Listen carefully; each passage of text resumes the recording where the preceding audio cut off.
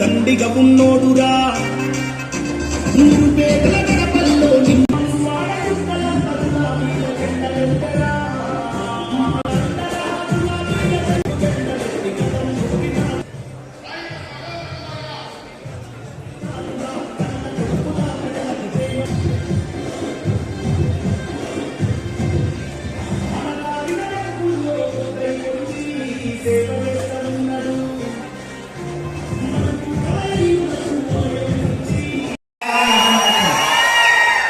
అదేవిధంగా మాజీ ఎల్లారెడ్డి శాసనసభ్యులు పెద్దలనే సభాధ్యక్షత ఉపన్యాసం ఇవ్వాలని కోరుతున్నాం.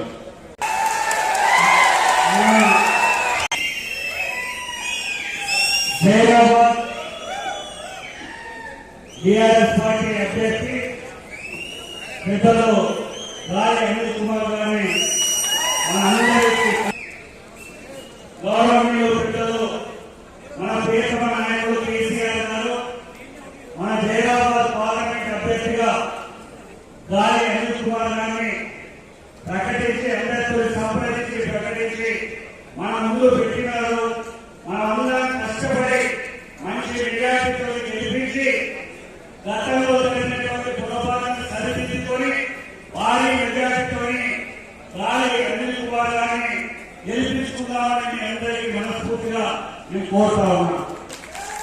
వచ్చినటువంటి గౌరవనీయులు పెద్దలు రాష్ట్ర శాసనసభ మాజీ స్పీకర్ మాజీ మంత్రివర్యులు పోచారం శ్రీరంగ గారికి, గౌరవనీయులు పెద్దలు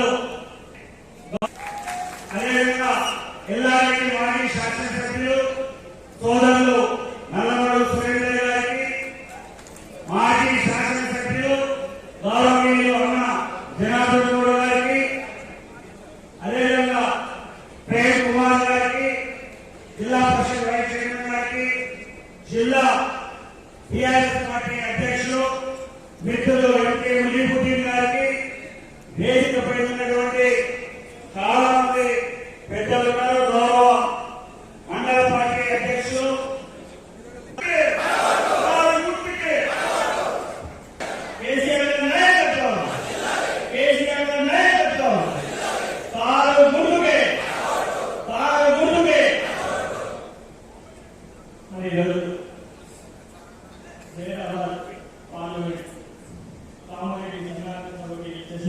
గౌరవనీయులు మాజీ మంత్రివర్యులు సిద్దిపేట అవిజన గారికి, అదేవిధంగా మాజీ మంత్రివర్యులు మాజీ సభాపతులు పెద్దలు గౌరవనీయులు పోచారం శ్రీనివాస గారికి, అట్లాగే జూబల్ మాజీ ఎమ్మెల్యే హనుమంత్ సింగ్ గారికి, మన ఎల్లారెడ్డి మాజీ ఎమ్మెల్యే గొప్ప గోవర్ధన్ గారికి,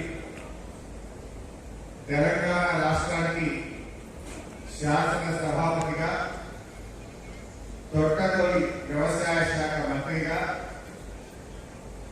రైతు బంధు పథకాన్ని ప్రారంభించి ఈ దేశ చరిత్రలో నిలిచిపోయినటువంటి పెద్దలు గౌరవనీయులు పోచారం శ్రీనివాసరెడ్డి గారికి, గౌరవ మాజీ శాసనసభ్యులు సురేంద్ర మాట్లాడాలంటే ఈ ఎన్నికల్లో కాంగ్రెస్ పార్టీ గుణపాఠం చెప్పాలి. లేదంటే 62 లక్షలు ఎగ్గొట్టినా నాకే వచ్చేసింది అన్నా. రేపు మేము కాంగ్రెస్ పార్టీ మెడల్ వచ్చాలంటే, కాంగ్రెస్ పార్టీ ఇచ్చిన హామీలు అమలు చేయించాలంటే ఈ పార్లమెంట్ ఎన్నికల్లో కాంగ్రెస్ పార్టీకి గుణపాఠం చెప్పాల్సినటువంటి అవసరం. ఇప్పుడు ఒకరు చూద్దాం. 2 లక్షల రుణమాఫీ ఏం చెప్పిందో ఒకసారి చూడండి. డిసెంబర్ 9 నాన్న మాఫీ చేస్తారు. ఇవాళ చంద్రశేఖర్ గారు ఏమనుకుంటున్నారంటే రుణమాఫీ చేసినా ఓటు కాకపోలేదు. నేనేం చెప్తున్నంటే రుణమాఫీ అయిన అందరూ మిమ్మల్ని మళ్ళీ 2 లక్షల రుణం తెచ్చుకోండి. డిసెంబర్ 9 నాటి నేను మాఫీ చేస్తా. కాబట్టి రైతులందరికీ నేను విజ్ఞప్తి చేస్తున్నాను. ఏమన్నాడు? చేసినా మళ్ళీ తెచ్చుకొని డిసెంబర్ 9 నాడే మళ్ళీ చేస్తాను. డిసెంబర్ 9